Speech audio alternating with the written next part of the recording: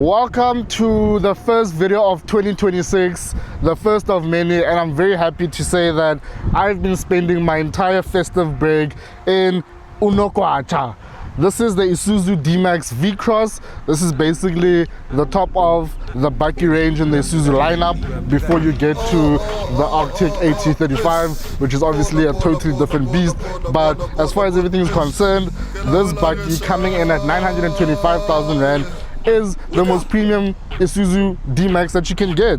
And of course, over the month that I've spent time with it, coming after that, I'm going to tell you everything that there is to know about this car, what I've enjoyed, what I haven't enjoyed. So stay tuned and I'm going to tell you everything there is to know about Unokwacha. Let's get it.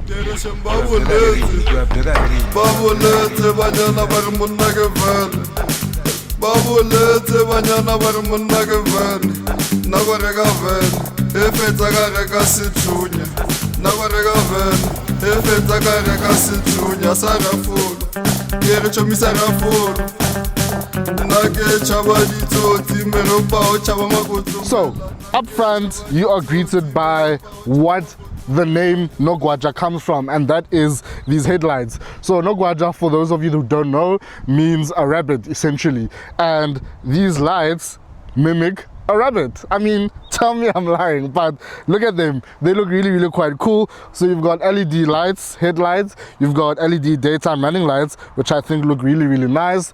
They don't have adaptive or matrix technology, but I can live without that. They are bright enough, especially at night. So they look really quite nice. And obviously over here you've got LED fog lamps with your indicators over there as well. What I really also like is the contrasting charcoal or gray grille, which obviously you get over here in the center. You get some big bold badging over there to remind you that this is an Isuzu, and you get some more nice styling elements lower down over here. Then over here you've got your gray lower bumper, which I think also looks really quite nice. There's a reason for this. This is where the number plate should be sitting. And unfortunately, I had a bit of a boo-boo moment. I took this V-Cross off-roading, and this is what happened.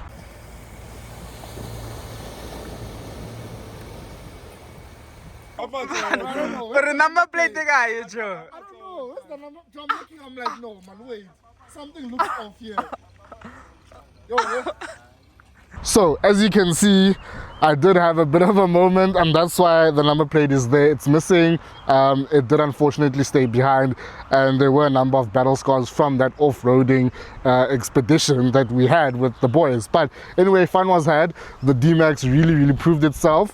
But anyway, let's move over to the side, where over here you've got your alloy wheels, which look really quite nice. I mean, they've got this Y-spoke design finished in like a matte kind of finish, and they've got these really amazing all-terrain tires. These are absolutely amazing. I mean, the off-roading that we did was quite treacherous, and it was raining the entire day, and I'm really impressed with how these tires performed. They were really grippy when they needed to be, so they really do the job. Then you've got these over here, these wheel arches, which are also complementing the gray bits in the front on the grille. So I think this is a really nice touch. Obviously, this orange paintwork has to be spoken about. It looks absolutely amazing. I really love it. It's striking. It suits this car a lot. I've had people coming up to me saying, wow, you know, I really didn't think that a D-Max could look this good, but here we are. It looks really good. So kudos to Isuzu for that paint job. Over here, you've got V-Cross badging over there, and of course, some more gray elements. You've got side indicators over there, and then over to the side, you've got more gray inserts, and you've got keyless entry into the car, which is really quite cool. So I'm a big fan of that. Then you've got these side steps over here, which don't feel too sturdy, but they are there, and yeah, I'll show you on the other side what happened as well. But you do get side steps over there. And then moving over to the bag, let me guess, or let me have you take a guess. More gray styling in the sports bar. So you can tell that the theme here is obviously gray, which obviously for the V-Cross is quite important, and I think it really looks good. And you've got some red detailing in there, which I'm not sure where that comes from, red and black, but anyway, you've got that over there. And then moving over here, you get 4x4 badging, just to remind you, or just to tell you that this is a 4x4, it's not a 4x2, it's not the normal one. So you get 4x4 stickers over there, and of course, lebeshu, mud flaps are very important. But let's take it over to the back and I'll show you guys what's happening over here in the load bed. We've come to the rear and you've got big, bold Isuzu badging over here on the tailgate. I'm not opposed to it, but I think it is a bit too in your face. I would have done without that and just have Isuzu D-Max over here. But hey, I'm pretty sure you can remove that anyway. You get these clear tail lamps over here with fluorescent indicators over there. You get your engine designation, which is 3-liter turbo diesel, just in case you forget. And obviously you get a tow bar over there. And let me tell you, more gray styling elements, and this is also where your reverse camera is located. Then if you lower the tailgate, which is quite heavy, and I'm not a fan of that, to be quite honest. I mean, I really feel that they should have added gas struts or something to make it lighter, because I mean, it's quite heavy. And I mean, a lot of other Bakkies, I mean, I can barely hold it up with, you know, with my fingers, whereas with other Bakkies you can just close it with one finger. But anyway, apparently Isuzu owners don't really, or aren't really fussy about that, so who am I? But anyway, your load bed is rubberized, so that's quite nice, and it is quite large. And obviously over there you get your roller shutter, which you operate manually, by the way. And to close it, you have to pull this string, and yeah, a lot of manual work in this car, and this also being quite heavy. But you close it like so. You can lock it over here with the key, and obviously then no one can access your roller shutter or your load bed. So that's quite nice. A lot of manual work, guys. Wow.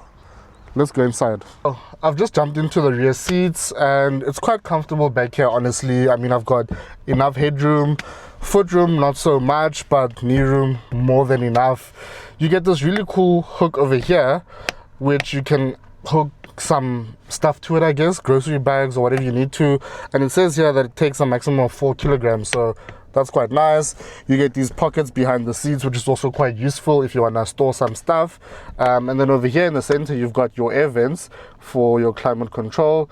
You get a USB-A port and a small little hole for, I don't even know what you would put there. The floor mats are rubberized, which is quite nice, so if you're going to be off-roading and doing whatever, then those will be protected, or your carpets will be protected, so that's quite nice. Then over here in the center you've got an armrest where you can put 2 drinks over there, so that's also quite cool.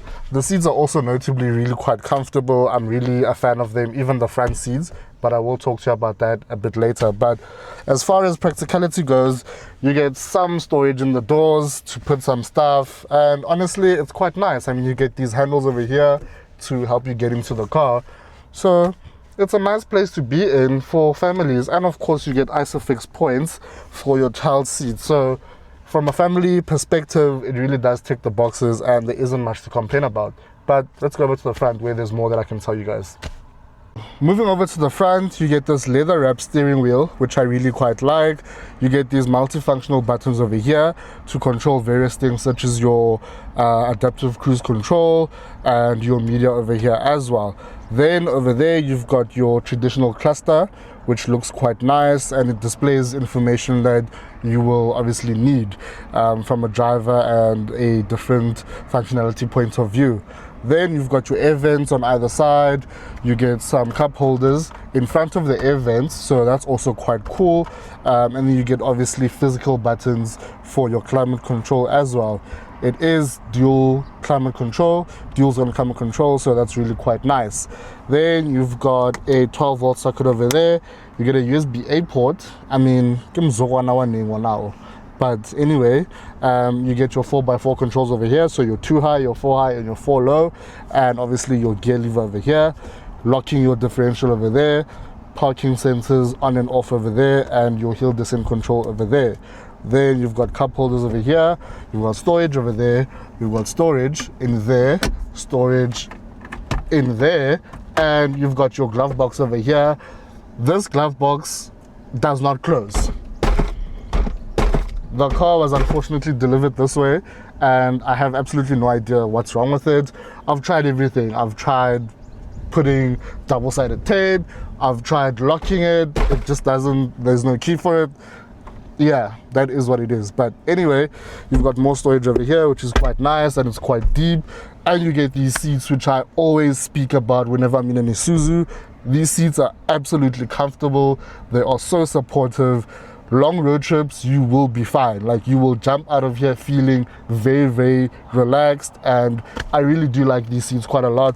They are leather wrapped. The driver one is electrically operated. The passenger isn't, unfortunately, but hey, who's important, the driver or the passenger? But anyway, from inside the cabin, I really do like this car. You get these really nice materials on the dashboard. On the doors, durable, hard plastics, but they should take you the extra mile. Oh, I forgot to mention, there's more storage over here as well. So that's quite nice. So the cabin is quite cool, very spacious, very practical. But I think let me take you for a drive and let me tell you what's happening up front under the hood and how this car has been like to drive on a daily basis.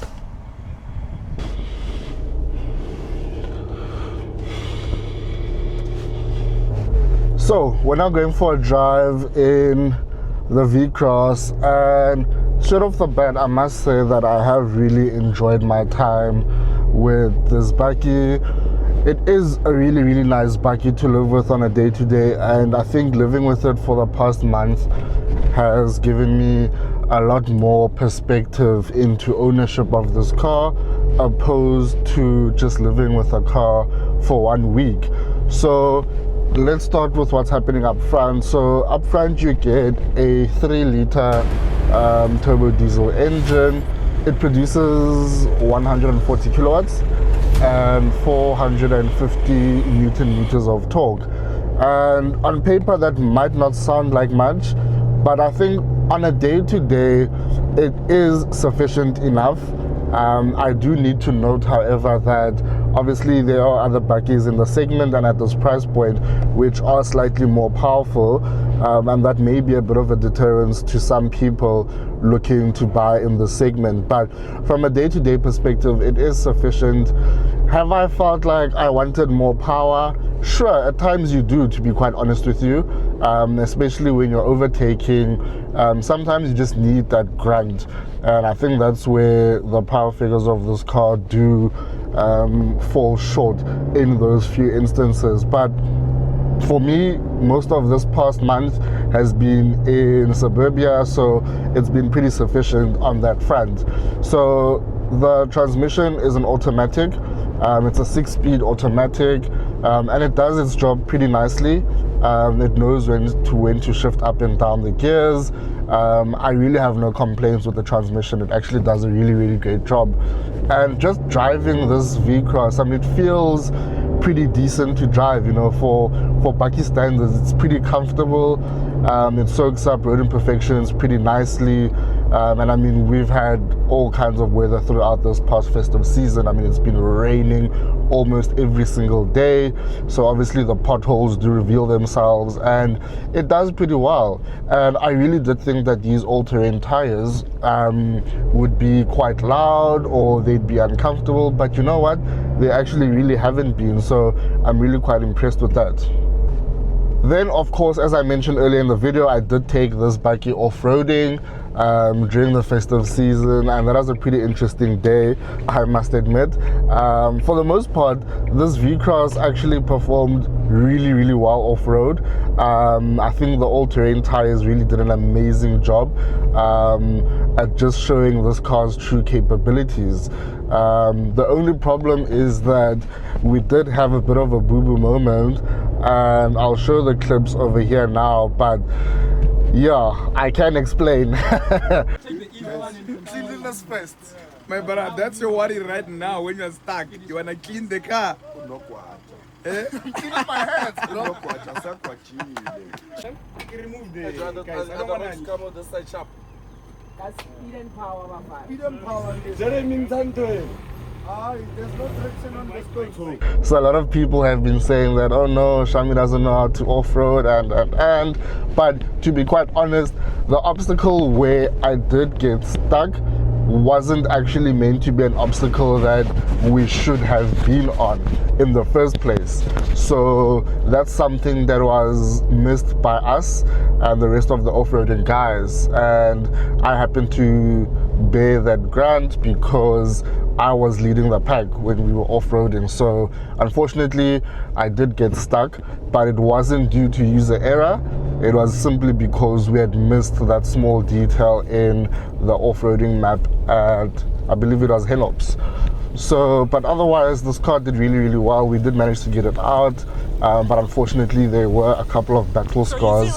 One being the front bumper, the front lower bumper that got scraped a bit, unfortunately, as well as the side step on the left-hand side that did also get, or it moved out of place just a bit. So, yeah, unfortunately, that happened. Oh, and another thing that also happened is while we were wading through the water, there was quite a lot of water because it had been raining so much. So I don't know how it happened, but I suspect that while we were wading through one of the water sections, the number plate at the front did unfortunately get removed through the water somehow, and we only realized it at the end of the off-roading trail that, oh shucks, the number plate is missing. So that's why you've been seeing no number plate on the front car. To Isuzu, I'm sorry that I damaged your car. I'm very sorry. But it was all in the name of taking this car off-roading and putting it through its paces with some other amazing 4x4 cars as well. But anyway, back to this car. So it's been really, really amazing to live with. I mean, out of a full tank, you know, you're getting about 700 kilometers out of a full tank, which for suburbia is actually not bad at all, I must say. It's actually pretty decent. So if I were to take it out on the open road on like a long road trip, I'm pretty sure I would get even more than that, like closer to 800, if not more than 800 kilometers out of a full tank. So I'm really quite impressed with that. I mean, I'm currently averaging 9.8 liters to the 100, which for a Bakkie of this nature, I think is also fair to expect. I mean, you're not going to be getting sub 9 liters per 100 kilometers in a Bakkie these days. So yeah, that's actually pretty commendable. So I'm really not mad at that. So overall, I'm really impressed with this car. There are a few things that I'm not impressed by, and those are small things, but for the typical Isuzu owner or customer, they really don't mind those things. You know, things such as the fact that you don't get like extremely plush materials in the cabin. So like the door cards are pretty hard. The screen is quite small. It's quite slow to react. But I mean, most people buying an Isuzu buy it for not recreational use or leisurely use, but they use it as a true workhorse. So that's something that I have come to understand, but I'm not sure how many consumers might understand that. So if I'm looking at just pure figures and facts, on paper this doesn't really stack up against some of its other competitors, but if you really break it down, you really do get to understand what an Isuzu is all about. So from a pricing perspective, 925,000 Rand, that's what Isuzu is asking for this Bakkie. And honestly, it is on par with its rivals, but then again, you have to ask yourself, when you stack it up against its rivals like the Ford Ranger, the VW Amarok, the Toyota Hilux, then you start to ask yourself as a general consumer that does it really have what it takes to go up against those cars? That's a question that you as yourself, as a prospective customer, need to ask yourself. For me, I think it does fall short of those other Bakkies, but again, I'm not an Isuzu customer, so again, there is that. But I think 925,000 Rand is a bit steep for this V-Cross. I would personally opt for a lower model in the Isuzu D-Max lineup, the LSE specifically.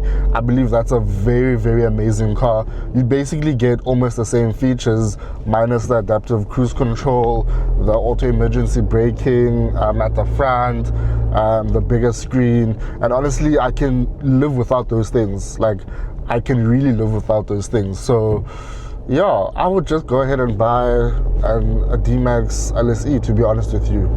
But let me know what your guys' thoughts are down in the comments. I'm very keen to hear what you guys have to think. So that's it from me and the V-Cross Unokwaja. It's been absolutely amazing. Thank you so much, Isuzu, for letting me drive this car over the festive season. It's been absolutely amazing.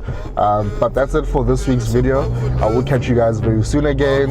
As always, don't forget to like, comment, and subscribe for more amazing content. And I'll see you guys on the next one. Cheers. Babulete banyana bar munna ke ven na go reka ven e fetsa ka reka sethunya na go reka ven e fetsa ka reka sethunya sa rafolo e re chomisa rafolo na ke chaba ditsotsi meropa o chaba magotsomela na ke chaba ditsotsi meropa o chaba magotsomela